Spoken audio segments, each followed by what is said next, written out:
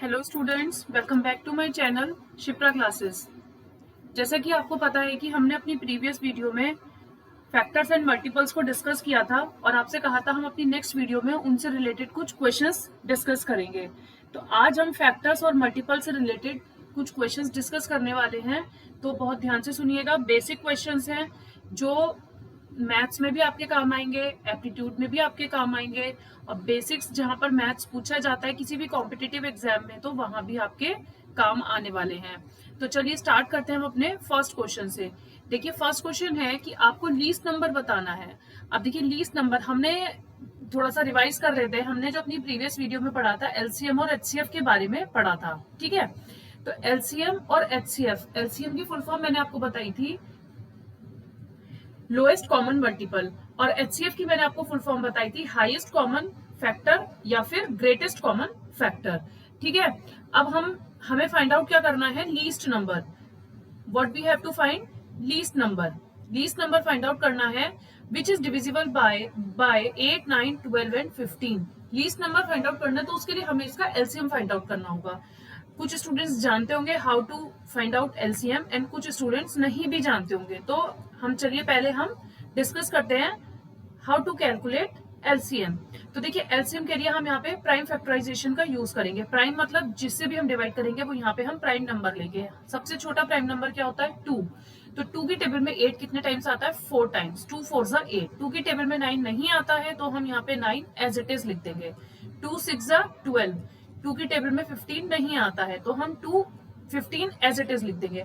अब 4 और 6 फिर 2 की टेबल में आते हैं तो हम फिर से 2 लेंगे। 2 2 जा 4 9, 2 3 जा 6 15। अब यहाँ पे सिंगल 2 बचा है तो फिर से हम 2 लेंगे। 2 1 जा 2 9 3 15। अब 9 3 एंड 15 सबसे छोटा प्राइम फैक्टर हम लेंगे 3, क्योंकि ये तीनों ही 3 की टेबल में आते हैं। और हमें यहाँ पे डिजिट कौन सी लेनी है, प्राइम, क्योंकि हम ये किस मेथड से कर रहे हैं, प्राइम फैक्टराइजेशन के मेथड से। 1 एज इट इज रहेगा। 3 3 जा 9, 3 1 जा 3, 3 5 जा 15। अब फिर से हम 3 लेंगे। 1 3 1 जा 3, 1 एंड 5 एज इट इज रहेगा। फिर अब 5 जब आ जाएगा तो नीचे हमारे पास अब हमें क्या मिला, ऑल आर 1। अब हम क्या करेंगे, ये जितनी भी डिजिट्स हमको मिली हैं यहाँ पर इन सबकी मल्टीप्लीकेशन कर देंगे।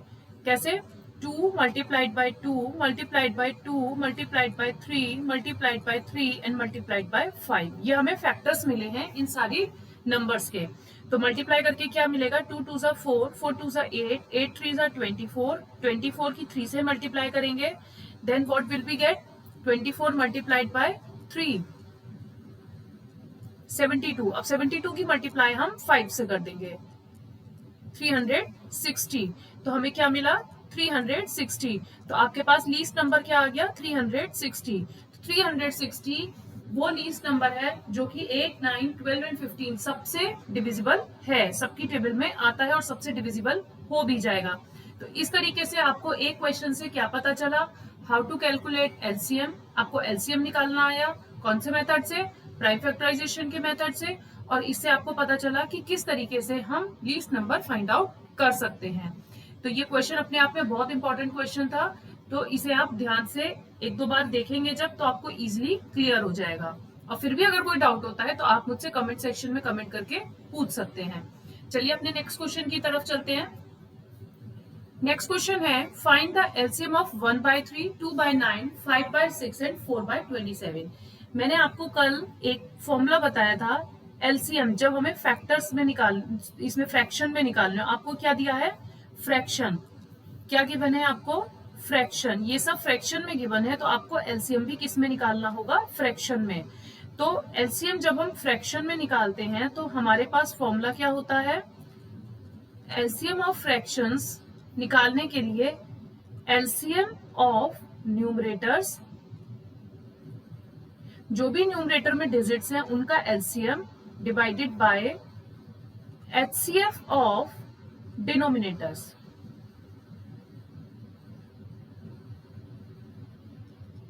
Got it.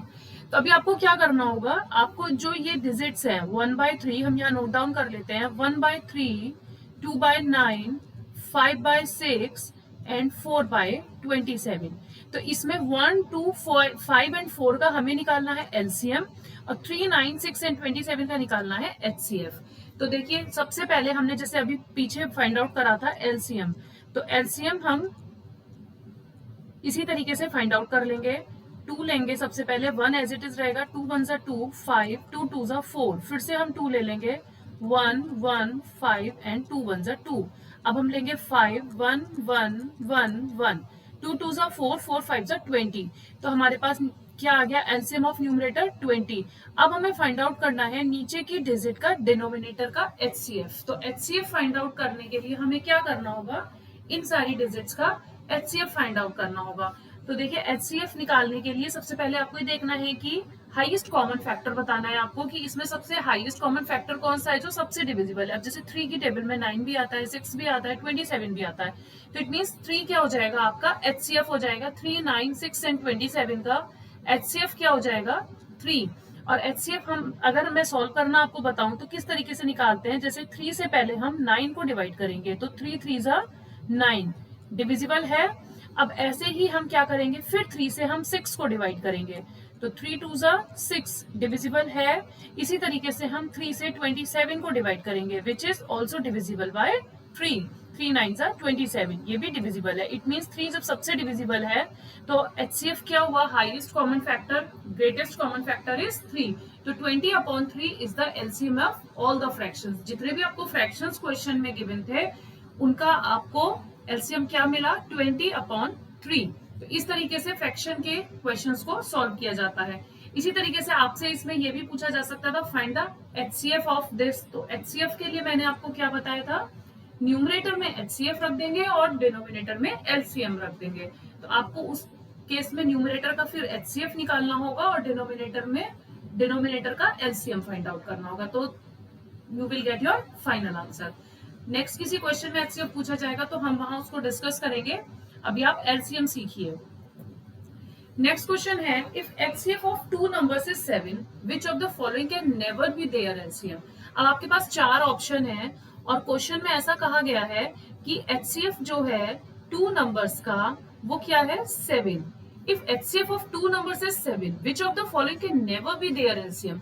तो इनमें से ऐसा कौन सा नंबर है जो उसका एलसीएम नहीं हो सकता। अब एलसीएम जब हम फाइंड आउट करते हैं तो उसमें हम क्या लेते हैं, प्राइम फैक्टराइजेशन चेक करते हैं और देखते हैं उसमें कौन सा नंबर डिविजिबल है उस डिजिट से। जैसे कि अब देखिए 49 है तो 7 की टेबल में 49 आता है, यस 7 7 49। 7 की टेबल में 77 आता है, यस 7 1 7, 7 1 7, तो 7 से 77 डिविजिबल है।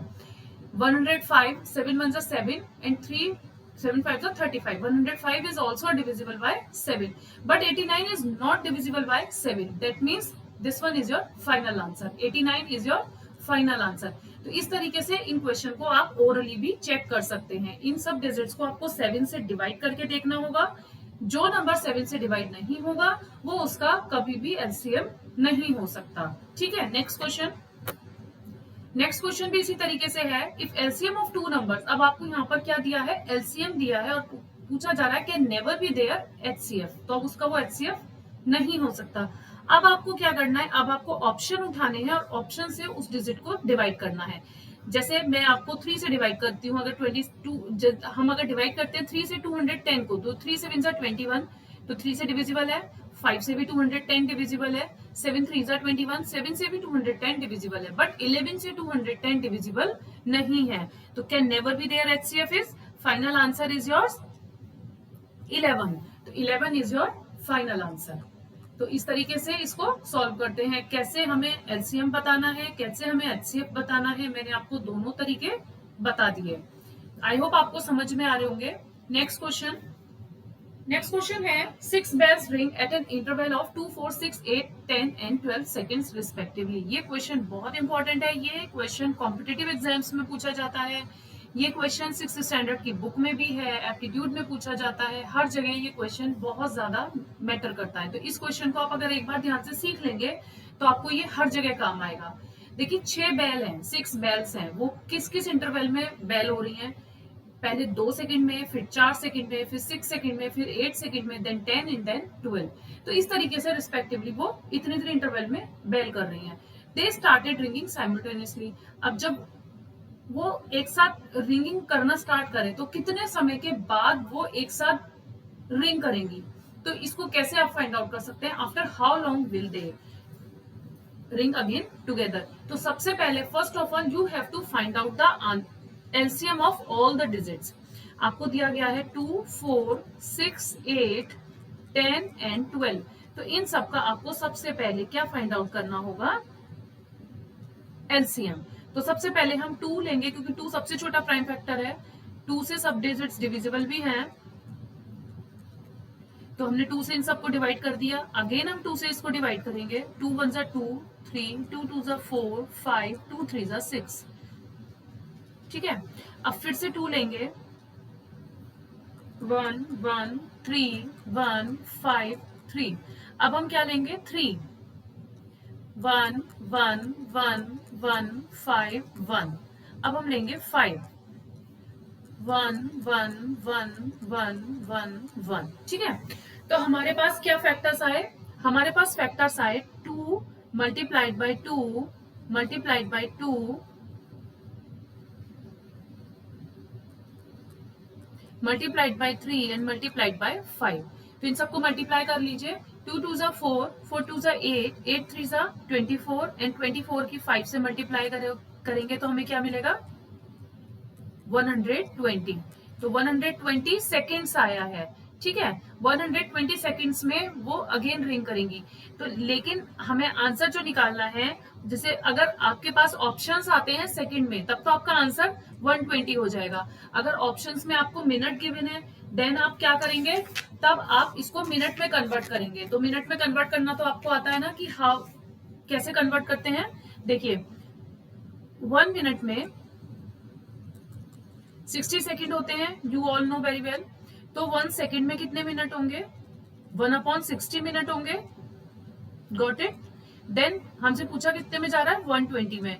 तो 120 सेकेंड में क्या होगा, 120 डिवाइडेड बाय 60 मिनट्स। तो 60 2 जा 120। तो आंसर अगर ऑप्शन में मिनट्स में है then your answer will be 2 minute, और अगर आंसर सेकेंड्स में है then your answer will be 120 second. ठीक है, तो इस तरीके से इन क्वेश्चंस को सॉल्व किया जाता है। तो 2 minutes is your final answer in minutes, and if you have to find out in seconds then your answer will be 120 seconds. तो इस तरीके से आप बेल्स के क्वेश्चन को सॉल्व कर सकते हैं। पहले आपको सब डिजिट्स का एलसीएम फाइंड आउट करना है, मल्टीप्लीकेशन करके आंसर आपको सेकेंड में मिल जाएगा। After that you can change the digits in minutes. ठीक है, चलिए नेक्स्ट क्वेश्चन देखते हैं। नेक्स्ट क्वेश्चन है, how many numbers in between 100 and 1000। 100 and 1000 के बीच में पूछी जा रही है आपसे exactly divisible by 2, 3 and 5। 2, 3 and 5 से कितनी डिजिट्स हैं जो एग्जैक्टली डिविजिबल है। तो कैसे पता चलेगा इन तीनों का, हम एलसीएम फाइंड आउट कर लेंगे, सिंपल। अब देखिए 2, 3 एंड 5 तीनों प्राइम फैक्टर्स हैं, तीनों अलग हैं, तो आपको इनका एलसीएम की जरूरत नहीं है, आप डायरेक्ट इनकी मल्टीप्लाई करेंगे तो you get your final answer. 2 3 जा 6, 5 जा 30। तो आंसर क्या हो गया, 30। तो डायरेक्ट इस तरीके से हम इसको सॉल्व कर सकते हैं। 30 इज योर फाइनल आंसर। तो 100 और 1000 के बीच में कितने नंबर्स ऐसे हैं जो एग्जैक्टली डिविजिबल हैं, वो 30 नंबर्स हैं। नेक्स्ट क्वेश्चन है, आपको 132 का प्राइम फैक्टर्स बताने हैं। तो सिंपल आपको इसमें क्या फाइंड आउट करना है, 132 का LCM. How to find out, 2 से डिवाइड करिए, 2 6 जा 12, 2 6 जा 12। जब हम 2 से 132 को डिवाइड करेंगे देन हमें क्या मिलेगा, 66। 2 3 जा 6, 2 3 जा 6। अब देखिए ये 33 है तो ये 2 से तो डिविजिबल होगा नहीं, हम इसको 3 से डिवाइड करेंगे। 3 1 जा 3, 3 1 जा 3। तो अब 11 खुद 11 से डिवाइड होगा। हमें यहाँ पे प्राइम फैक्टर्स लेने होते हैं। 11 1 जा 11। तो हमें फैक्टर्स क्या मिले, 2 multiplied by 2 multiplied by 3 multiplied by 11। तो आपका फाइनल आंसर जब आप चेक करेंगे ऑप्शन में तो आपको क्या मिलेगा, सी। आपका आंसर क्या है, सी। तो इस तरीके से हम प्राइम फैक्टराइजेशन मेथड से एलसीएम को फाइंड आउट कर सकते हैं। आज की वीडियो से आपको एग्जैक्टली समझ में आया होगा how to find out LCM. LCM के बेस पे मैं सारे क्वेश्चंस लेकर आई थी। नेक्स्ट वीडियो में कोशिश करूंगी कि मैं आपको एचसीएफ के कॉन्सेप्ट क्लियर करा पाऊं। कुछ बेसिक क्वेश्चंस थे आज की वीडियो में। आई होप आपको क्लियर हुए होंगे। और अगर आपको किसी भी क्वेश्चन में कहीं भी कुछ भी प्रॉब्लम होती है तो आप मुझसे कमेंट सेक्शन में कमेंट करके पूछ सकते हैं, आपको जहां भी कोई डाउट हो। और अगर आपको मेरी वीडियोस पसंद आ रही हैं then like share and subscribe करना मत भूलिएगा। Thank you for watching.